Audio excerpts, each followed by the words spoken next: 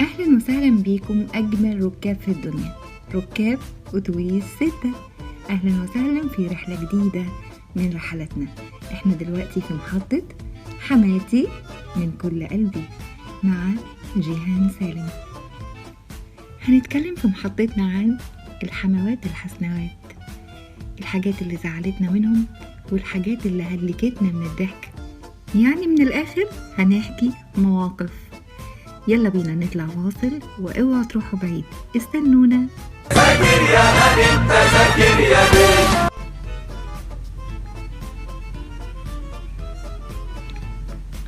يا هلا بأجمل ركاب في الدنيا، ركاب أتوبيس 6، ورجعنا لكم بعد الفاصل، وأهلا وسهلا بيكم في رحلة جديدة من رحلات حماتي من كل قلبي.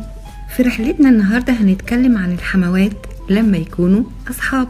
كان في بنتين أصحاب وجيران، كبروا مع بعض وكانوا بيحبوا بعض قوي.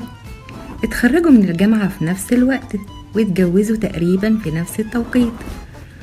البنت الأولى حملت وجابت ولد زي العسل، والتانية هي كمان حملت بعدها بكام شهر وخلفت بنوتة زي القمر. وفضلوا أصحاب وحبايب على طول، وأمنيتهم طول الوقت إن هم يفضلوا مع بعض وعيالهم كمان يتجوزوا بعض. الأولاد دخلوا مع بعض نفس المدرسة وتقريبا اتربوا مع بعض، كبروا ودخلوا الجامعة.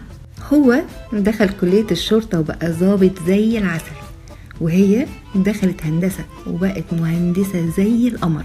وفضلوا الأمهات يقربوهم لبعض طول الوقت.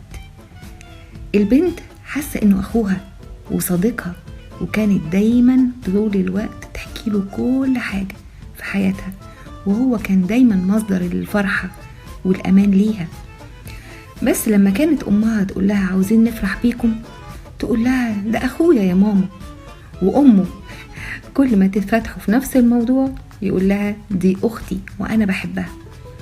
في يوم الأمهات اتفقوا مع بعض عليهم هما الاتنين، وقرروا إن هما يعملوا عليهم فيلم. إنما إيه، أم الولد قالت له البنوتة جالها عريس ومامتها وباباها موافقين عليه.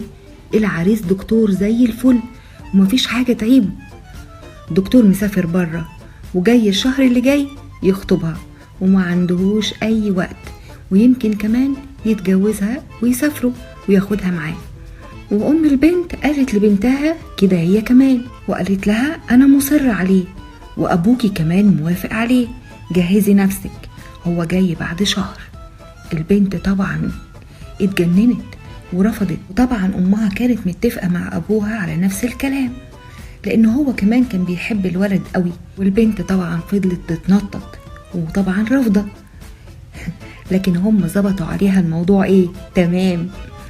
وبما انه هو مصدر امانها وصديقها الوحيد، كلمته واتقابلوا وقالت له مستحيل اتجوزه، انا معرفوش، انا اصلا ما شفتهوش ومعرفش شكله، هم ازاي يعملوا معايا كده؟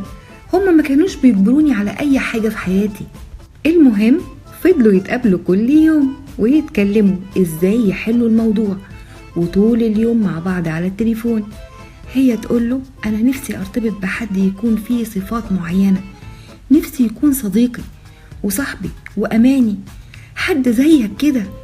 وهو نفس الموضوع، يقول لها والله وانا يا بنتي نفسي كمان تكون شريكة حياتي فيها كل الصفات اللي فيكي، بس المشكلة ان احنا تربينا مع بعض، كبرنا مع بعض، واحنا الاتنين حاسين اننا اخوات.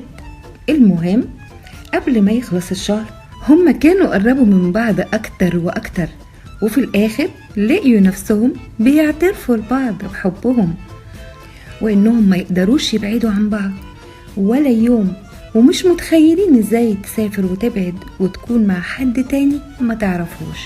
ساعتها قال لها لازم اتكلم مع ماما ونروح لباباكي ومامتك. وفعلا راح اتكلم مع امه، وطبعا امه قلبها بيرقص من الفرحة، لكن قالت له ما اعتقدش انهم يوافقوا، هما خلاص ادوا كلمة للراجل، ازاي يرجعوا في كلامهم؟ بس علشان ما تزعلش انا هاجي معاك لما نشوف. وفعلا راحوا، والولد طلب من باباها ايد بنته. طبعا ابوها قال له انت عارف انا بحبك قد ايه، سيبني كده كام يوم واشوف هنوصل لايه وهرد عليك. طبعا بيتقل. الولد فضل يكلم امها ويتحايل عليها كل يوم علشان تظبط مع ابوها الموضوع، وهي تقوله هحاول، وهو هيتجنن، ده خلاص بكرة العريس جاي. وبالفعل بكرة جه، والولد أصر إنه يروح عندهم في البيت في الموعد المحدد للعريس وصوله فيه، وعاوز يخرب الجوازة بأي طريقة. والبنت عملت زي سعاد حسني، لخبطت وشها ولبست لبس مبهدل. فجأة جرس الباب رن، وهو وهي طبعا متخيلين وصول العريس. فجأة دخل المأذون، وفاجئوهم انهم كانوا بيضحكوا عليهم علشان يقربوا من بعض ويعرفوا حقيقة مشاعرهم لبعض. ودي بقى الحموات الجميلات بجد. ودلوقتي وصلنا محطتنا مع العرسان، وألف مبروك وبالرفاء والبنين. كنتم مع جيهان سالم في محطة حماتي من كل قلبي. ذاكر يا هاني انت ذاكر يا بيه.